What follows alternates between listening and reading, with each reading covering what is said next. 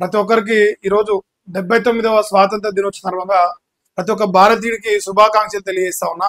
So ప్రతిరోజు మన ఛానల్లో ఒక పాట వస్తూ ఉంటుంది వందే మాతరం సంబంధించి. అదే రకంగా ఈ దేశంలో స్వాతంత్రం కోసం ఎంతమంది ప్రాణత్యాగాలు చేశారు, ఎంతమంది భరతమాత బిడ్డలు సర్వస్వం కోల్పోయి మనందరికీ స్వేచ్ఛావాలు ఇవ్వడానికి ప్రయత్నం చేసిరో వాళ్ళందరూ అసూలు వాసిపోయిన బిడ్డలందరినీ గుర్తు చేస్తూ ప్రతిరోజు మన ఛానల్లో భరతమాతకు వందనం చేస్తూ మన ఛానల్లో మార్నింగ్ న్యూస్ స్టార్ట్ అవుతుంది.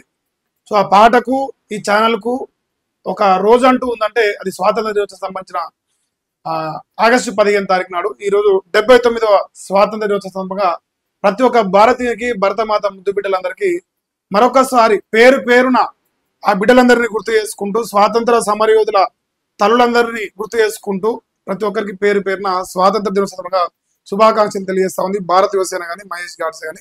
సో ప్రతి ఒక్కరు ఈరోజు ఎక్కడైనా సరే ఫ్లాగ్ హోస్టింగ్ లో పాల్గొనే ప్రయత్నం చేయాలని చెప్పేసి కోరుతా ఉన్నా.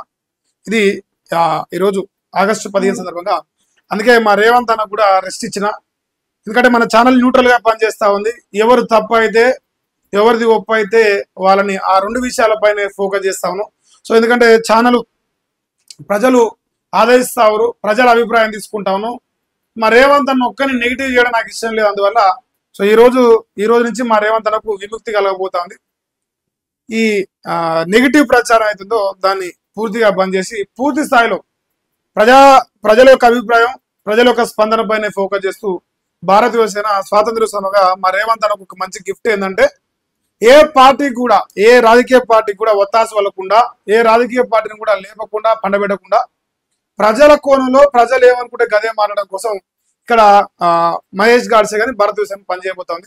సో ఇది ఒక చిన్న ఇంటిమేషన్. అందుకే ఈ రోజు నుంచి ఈ టీషర్ట్ ప్రదర్శన ఉండొద్దని అనుకుంటాను. కుదిరితే దానిపైన కూడా మీ అభిప్రాయాన్ని షేర్ చేసే ప్రయత్నం చేయాలి. ఇన్ కేసు మీ అభిప్రాయం వేరే ఉంటే తర్వాత ఆలోచించే ప్రయత్నం చేద్దాం. ఇక మరి